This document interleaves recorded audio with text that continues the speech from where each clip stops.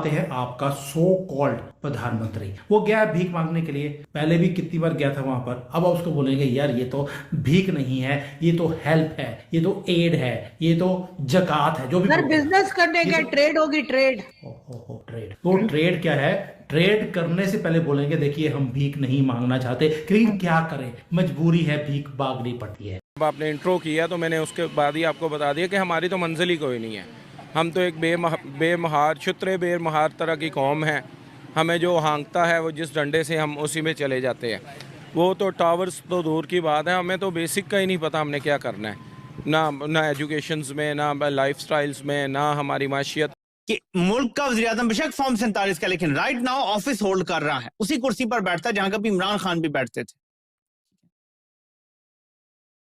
वो हर तकरीर में फील्ड मार्शल ये, फील्ड मार्शल वो, फलां ये, सीडीएफ वो, आर्मी चीफ वो, पता नहीं मीनो आसमान के कलाबे मिला रहा है आपस में।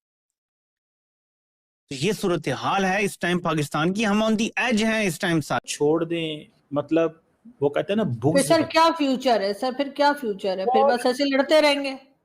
बहुत अच्छा फ्यूचर है, आप इतना परेशान ना होया करें। आप रात को नींद की गोली खा के सोया करें जैसे आप पहले खा के सोती हैं, आराम से सुबह 12-1 सर बजे। अल्लाह का लाख लाख शुक्र है मैं उन लोगों में से हूँ जो रात को कोई नींद की गोली खा के नहीं सोते, मुझे खुद आराम से। है, बड़ी खतरनाक है। एक तो ये हो रहा है कि जी मुख्तलिफ एयरपोर्ट्स के ऊपर लोगों को जहाज़ों से अपलोड किया जाता है, फिर या फिर उनकी वीज़े चेक किए जाते हैं। अगर आपको वर्क वीज़ा मिला हुआ है तो किस काम का मिला हुआ है, आपके पास क्या उसके डॉक्यूमेंट। तो दोस्तों कल ही पाकिस्तान को आईएमएफ की तरफ से 1.3 बिलियन डॉलर मिले हैं भीख के तौर पर। और जैसा कि अंदाजा था कि जैसे ही आईएमएफ का पैकेज पाकिस्तान के शहबाज शरीफ की जेब में आता है तो फौरन ये विदेश यात्रा पर निकल जाता है। अब ये निकला है तुर्कमेनिस्तान की यात्रा के ऊपर। कहने को तो पाकिस्तान और तुर्कमेनिस्तान के बीच में मिलियंस ऑफ डॉलर के अंदर व्यापार होता है, यानी 200 से 400 करोड़ के आसपास का, परंतु फिर भी ये वहां पर यात्रा पर जा रहा है। मतलब कि ऐसी यात्रा तो करो कम से कम जिससे व्यापार करने से तुम्हारे तेल का खर्चा ही निकल आए, परंतु सारे मंत्रिमंडल को लेकर इसको छुट्टियां मनाने जाने होती हैं और इसी को लेकर पाकिस्तानी इसे गाली देते हैं। अब 1.3 बिलियन आ गए हैं तो ये आसानी से 1-2 महीने विदेशी यात्रा जरूर करता रहेगा। हो सकता है लंदन भी चला जाए, पर जैसे ही तुर्कमेनिस्तान गया है तो पाकिस्तानियों ने इसकी जम के क्लास लगा डाली है कि मुल्क की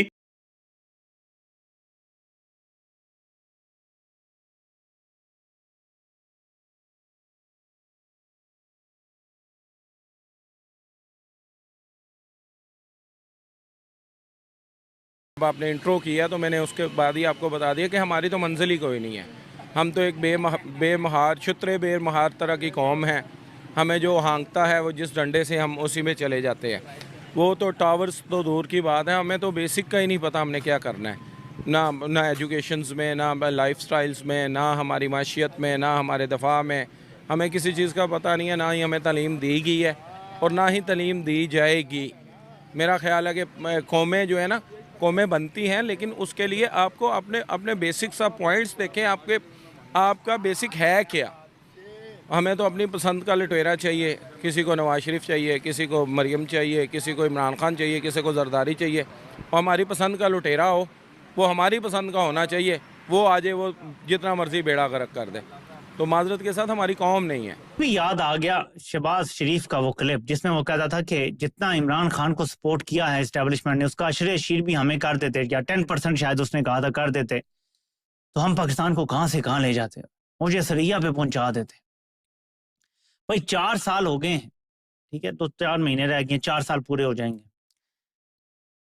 ऐसा कौन सा जुर्म है जो कंपनी ने आपकी हुकूमत की खातिर नहीं किया? ऐसा कौन सा एक जुर्म बता दें। कत्ल किए, पूरा पूरा वो इलेक्शन चोरी कर लिया, ये नहीं चंद सीटें नहीं, पूरे का पूरा इलेक्शन चोरी कर लिया।